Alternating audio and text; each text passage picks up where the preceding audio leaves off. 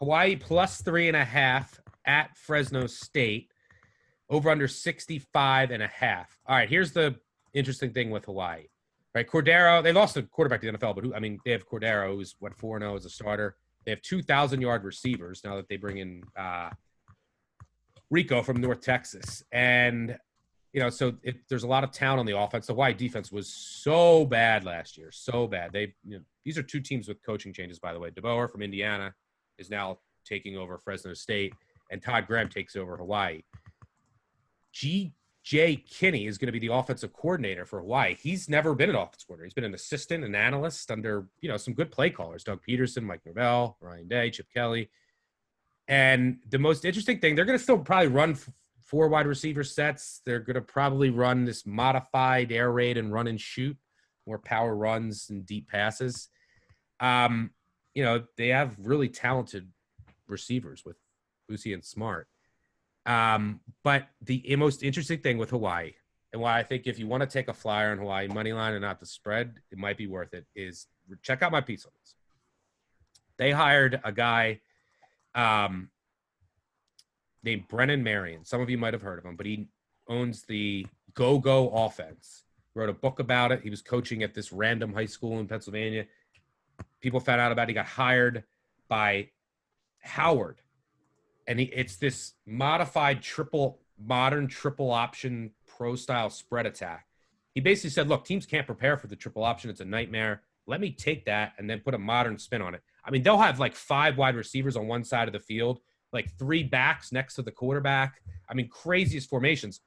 NFL teams have taken plays from this playbook. College teams, Lincoln Riley has a whole set from the Go-Go playbook. They ran this at Howard and beat the first game. UNLV was not ready for it. They beat UNLV as 45-point underdogs. Then he went to William & Mary, revamped their offense. He got hired as the wide receiver coach. They might be running this Go-Go offense. And, they have the talent to do it. There's also this really interesting name, Calvin Turner, who transferred in as an option quarterback. They ran for over 1,300 yards at Jacksonville before they entered their program, FCS school. He might line up in the backfield with Cordero and with Reed. You might see this crazy offense from Hawaii that Fresno isn't ready for. Hawaii defense stinks.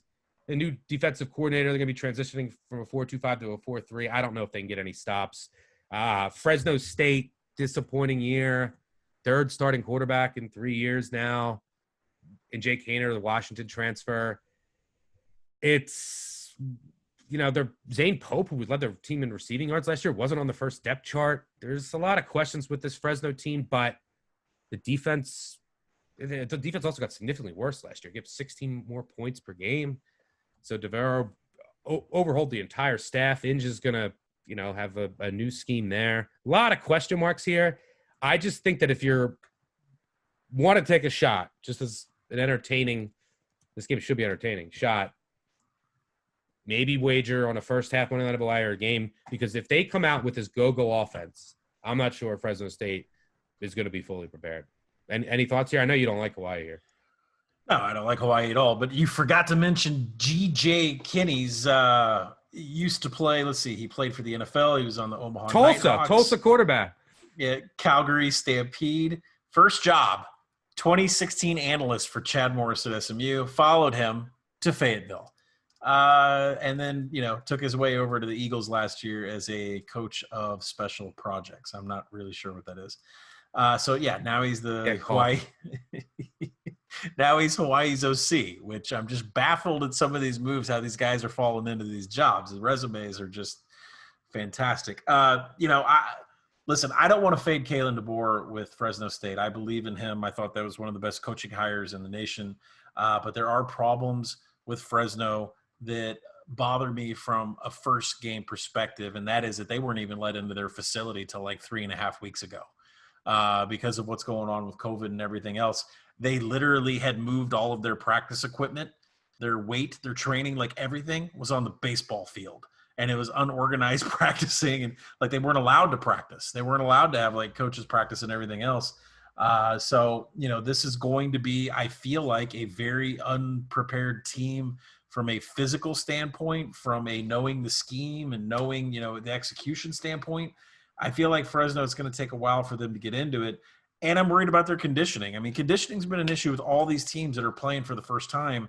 With the way that Fresno had such a late start, they're the one team in the Mountain West that was probably had the most affected, besides Air Force having a bunch of cadets opt out. Fresno was the one team that had a lot of COVID concerns with the way that they had to change up what they were doing. So, I'm worried about Fresno State from that standpoint. I have no love for Todd Graham. I mean, if we look, I understand G.J. Kinney is going to be running the offense, and how much he's going to deviate. We hope it's not G.J. Kinney, and I hope, by the way, that it's hold on, wait a second again. I hope that it's actually Brennan Marion. That's my speculative bet on this game, is that it's Marion and Hawaii comes out with this crazy offense to take advantage of a Fresno defense with question marks. Yeah, and I hope so. I could completely hope that that's what happens. I hope Hawaii is fun to watch, and I hope they are something that we can bet on. But Todd Graham is a defensive guy, and he's going to allow other people to control the offense.